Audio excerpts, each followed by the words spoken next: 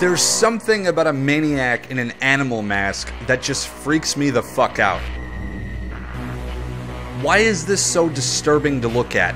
Why is it so effective? I think it's because of the whole inner animal factor. Animals don't really have morals, so you can't really reason with them. It reminds me of that whole insect politics thing from David Cronenberg's Fly. It's basically the same thing. You ever heard of animal politics? Yeah, me neither, because they don't really have them. They tend to be brutal. It's survival of the fittest. That's why I think it's particularly scary when you see a masked killer in a slasher film donning some type of animal on their face, because it's a total abandonment of humanity. Plus, a lot of the coolest shit features creepy animal masks like Donnie Darko, Manhunt, and most recently, the amazing Hotline Miami. I don't think I really need to explain why I'm in love with this shit. But hey, isn't this a show dedicated to like 80s horror and action and exploitation? Well, yeah, that's why I'm reviewing an Italian animal mask slasher flick from 1987. This is the lesser-known Stage Fright, aka Deliria, aka Aquarius. Deliria Fright Aquarius is a slasher film about an escaped mental patient that breaks into a sound stage full of struggling actors that are rehearsing for a play about a killer in an owl mask that murders hookers. Do I even need to say how much I love Italian slasher flicks? In my episode on Joseph Zito's The Prowler, I didn't really touch upon the characters too much, the reason being that they're not exactly memorable. They aren't terrible or anything, there was just no reason to show them off. I don't spotlight milquetoast on this show. The criteria for interesting characters here is endearingly idiosyncratic, spastic, or awesomely badass. Or all three. Stage Fright features all fucking three. There's many a character here to either excitedly root for or hate the shit out of. It's good to have that balance in a gore flick because otherwise it's a long 45 minutes or so of waiting for dickheads that are being dickheads to die. Cabin Fever sucks. In the group of colorful characters from Stage Fright, I've hand-selected a few to highlight that I believe stand out in their own fun little ways. Peter, the director, is a coked-out, eccentric piece of shit, which makes him a fun character. But can you imagine the effect on the public? The victim who rapes her own murderer. He's not only ridiculously over-the-top pretentious, which makes him a blast to watch, but because he's such an asshole to his cast and abuses a cat within the first 6 minutes of the film, it's just as fun to watch him die, too. Then there's Brett. Brett plays the killer in the play. He's also a flamboyantly gay stereotype. Well, look who's here. Where on earth have you been? Was I called? Every name in the book, honey. Oh, hell. This might bother some people. It could be seen as an insensitive portrayal of gay people. But if you ask me, he's the best character. Stop kvetching, honey. You can always go back to microwaving chili at Mexico Joe's. Yeah? And you can go back to selling your ass in the men's room at the bus station. Done. He tends to play off of Laurel, a really camp actress. They playfully rip into each other, and it's pretty great. Brett, you're a fucking bastard. A rose by any other name. And then there's Danny, who, I'll be honest, doesn't have much to his character other than just being a guy whose girlfriend is in the play. I think he helps with like stage production or some shit, but he stands out for a very special reason. In fact, I'm going to keep lingering on him for a little longer because I feel as though a few of you will get where I'm coming from before I even mention it. Come on, he's got to look familiar to at least some of you. You give up?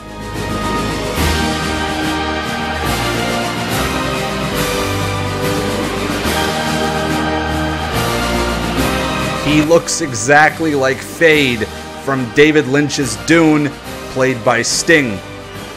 I find it hilarious, probably because I'm always expecting him to make that Sting face. Or because I keep imagining that he's going to abruptly start quoting Dune during random scenes. Kinda like this. I will kill him! You see your death. My blade will finish you. I keep forgetting that this is a slasher film. I should probably talk about the killer or something. Deliria turns into a slasher flick when Alicia, the star of the play, sneaks out of rehearsal because her ankle is being shitty. Alicia's friend Betty decides that it doesn't matter what sort of doctor treats her ankle, so she takes her to a mental institution.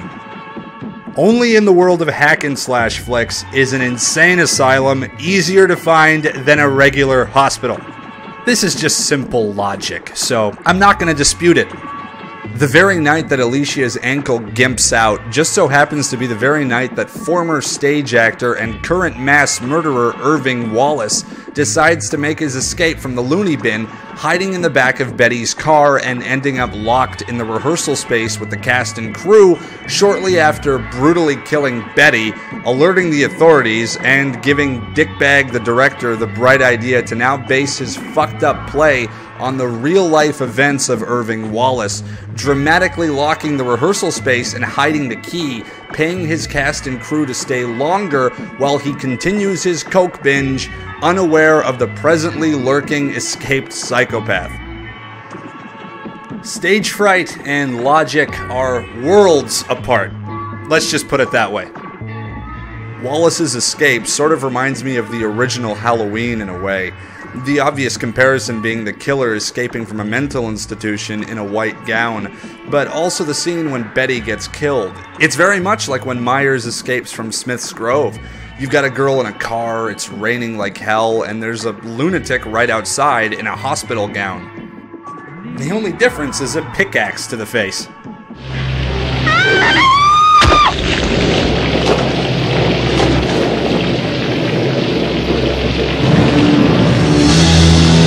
Though now that the relevant reference is out of the way, I want to talk about what Irving Wallace really reminds me of. He reminds me of Trevor Phillips from Grand Theft Auto 5. Yeah. Okay, maybe this is reaching. Maybe I'm running out of material. Maybe I'm just plain burned out. But one thing's for sure, when taking notes for this review, the first thing to come to mind upon seeing Irving Wallace unmasked was the chairman of Trevor Phillips Industries. And maybe, just maybe, I thought that this line with this scene matched up perfectly. If it ain't you, someone else is gonna have to rub oil into my white bits. So with that throwaway joke out of the way, let's get down to the nitty-gritty of what ultimately makes a slasher film work. The look of the killer, and how creative his kills are. I recently reviewed The Prowler, and I gushed quite a bit about how savage and gruesome the kills are in that film, and how creepy the killer is. And I still stand by these statements. It's an awesome slasher flick. It really is. For an American one. When we step into Italian gore territory, the fucking rules change entirely. The violence you see in an Italian horror film compared to an American one is night and day. The way I would put it, watching an Italian slasher flick like Pieces is going to provide you with the violence you were expecting to see in a film like Friday the 13th. Actually, the best example would probably be, remember how you popped in Texas Chainsaw Massacre and were probably expecting to see a bunch of limbs flying everywhere and blood just absolutely splattering everything? That wasn't in that movie, but you're in luck, because it's in Stage Fright.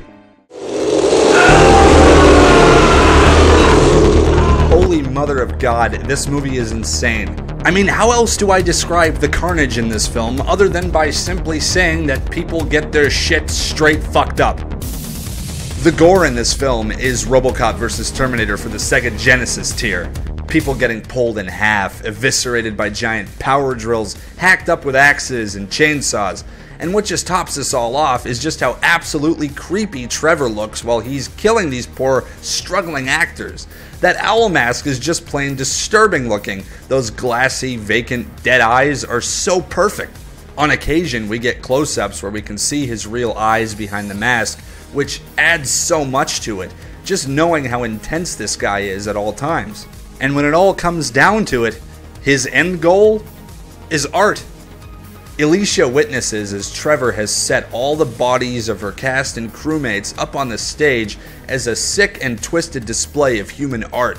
He replaces a mannequin's head with the director's, he stuffs feathers down everyone's throats, and he puts the fan on to create a snowstorm effect.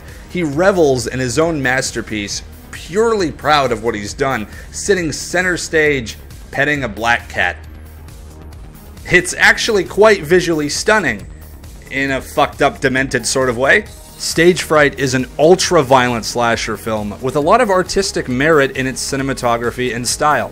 I actually thought it was a Dario Argento film the first time I watched it.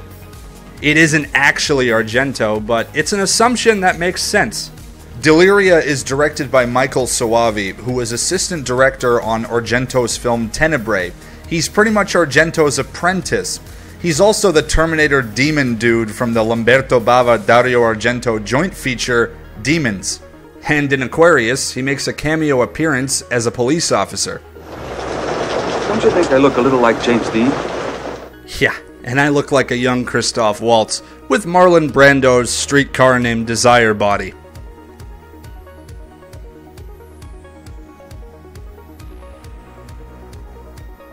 The screenplay was written by Cinema powerhouse Luigi Montefiore, aka George Eastman, aka the goddamn baby-eating murder machine, aka Raul motherfucking Morales. Raul Morales is the strongest.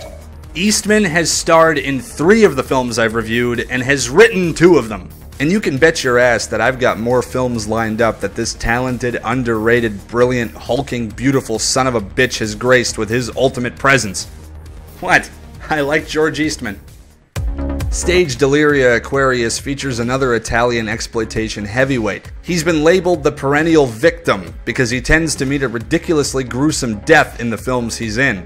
He's had his head drilled in City of the Living Dead. He was viciously castrated and had his brain eaten in Cannibal Ferox. He was pretty much blown in half in Cannibal Apocalypse. He's Giovanni Lombardo Radici, Italy's whipping boy. And ironically enough, he said that he hates horror films and rarely, if ever, watches the films that he's been in. Sometimes he lets this attitude shine through on set. During the filming of Cannibal Ferox, director Umberto Lenzi wanted him to kill a live turtle on screen, trying to convince Giovanni that Robert De Niro would do the same thing, to which Giovanni said, "De Niro would kick your ass all the way back to Rome." Umberto still did the scene, but had to use the stunt double for it. A live animal was still murdered on camera, but it's awesome of Giovanni to stand his ground like that. An already forgotten about remake of Stage Fright came out recently. Some claim that this isn't a remake and that it simply shares the name. I think it shares a little fucking more than that. People putting on a play. A masked killer starts picking off the actors in the theater. Oh yeah, not a remake of Stage Deliria Fright at all. Clearly, this is a reimagining of fucking Popcorn! It basically takes the originality of Soavi's film, the creepy owl mask, the artistic merit in the cinematography, the great music, and turns it into a run-of-the-mill slasher film, utilizing the same old fucking tired formula of something bad happened 20 years ago and now the killer is back because they're doing again what he tried to stop. Which is not to say that using a formula is a bad thing, your movie just has to be exceptionally awesome, like The Prowler. Whereas this is just some schmuck in a kabuki mask acting all crazy. He looks like a cross between a knockoff of Michael Myers and Joey Jordison from Slipknot, both of which are just incredibly stock choices. It's like making a slasher film where the killer wears a hockey mask. People are always going to compare him to Jason. Go for originality. Originality is key. And when in doubt, go for an animal mask. That shit is always creepy. Unless your movie is Bunny Man. In that case, you're a terrible human being and I want to punch you in the neck. Justice for